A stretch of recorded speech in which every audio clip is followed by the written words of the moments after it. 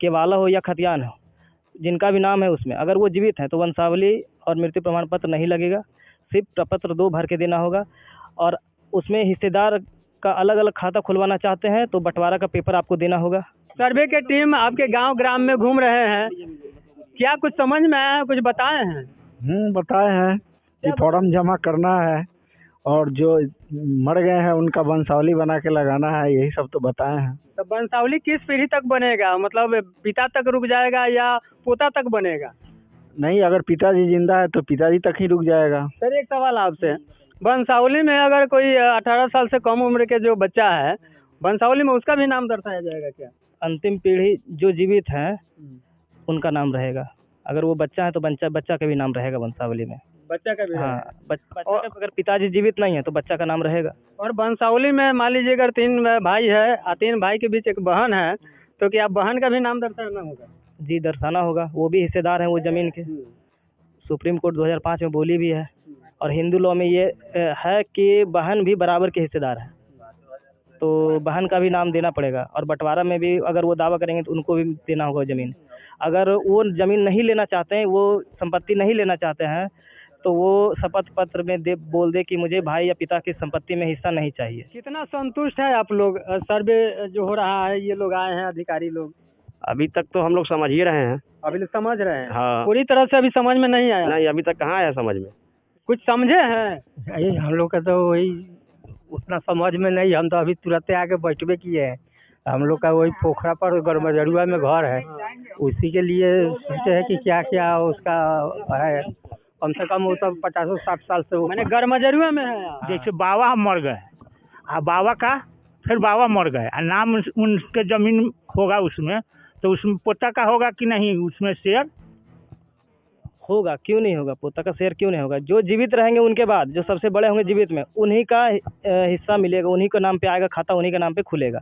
और जितने हिस्सेदार होंगे, अगर बंटवारा का देते हैं पेपर तो अलग अलग खाता खुल जाएगा, और नहीं तो फिर संयुक्त खाता खुलेगा एक में ही। सर एक सवाल और है, कोई जो जमीन वाले मालिक है, जमीन का मालिक है, वो बाहर रहते हैं, मतलब इंडिया से बाहर रहते हैं, विदेशों में रहते हैं, और सर्वे का काम 365। मान लीजिए कि अगर सर्वे के दौरान वो नहीं घर पहुंचे तो उनके साथ क्या होगा? उनके जमीन का क्या है? कैसे? वो वहीं से फॉर्म अप्लाई कर सकते हैं। इसका सरकार ऑनलाइन की भी सुविधा दी है, DLRS वेबसाइट पे आप वहीं से ऑनलाइन कर सकते हैं। सारा कुछ फॉर्म से लेके जितना भी पेपर है सब कुछ ऑनलाइन है, वहाँ से वो ऑनलाइन अप्लाई कर सकते हैं। सारी फॉर्म सबमिट करने के बाद में, सभी जानकारी सबमिट करने के बाद में, अगर वो संतुष्ट नहीं होते हैं जमीनदाता, तो निदान के लिए कोई रास्ता है?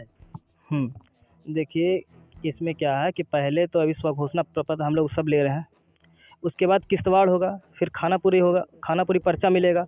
अगर उसमें किसी प्रकार का त्रुटि है या फिर किसी को उसमें विवाद है या फिर परेशानी है, तो वो प्रपत्र 8 में दावा कर सकते हैं। और फिर प्रपत्र 14 में भी अगर उसमें भी अगर सुधार नहीं हुआ या फिर उससे भी वो खुश नहीं है, तो प्रपत्र 14 में से भी वो दावा कर सकते हैं। और उससे भी नहीं हुआ तो प्रपत्र 21 में आपत्ति दर्ज कर सकते हैं उसमें भी। तो 3 बार मौका मिलेगा आपत्ति दर्ज करने का, मतलब सुधार करने का 3 बार मौका मिलेगा। तो ये थे सर्वे के टीम मोतीपुर प्रखंड के पकरी पंचायत में। पूरा शेड्यूल है, शेड्यूल अभी मुझे याद नहीं है डे का, लेकिन जैसे प्रपत्र 8 का है, जो प्रपत्र 8 होगा, पहला आपत्ति दर्ज करने वाला होगा, वो 15 दिन का होता है। उसके बाद फिर जो प्रपत्र 14 वो 30 दिन का होगा, उसके बाद 21 होगा, वो भी 30 दिन का रहता है। तो मोतीपुर प्रखंड के पकरी पंचायत में सर्वे की टीम है। ज़्यादा जानकारी तो मुझे नहीं मिली, लेकिन हाँ मिला जुला जानकारी मिला।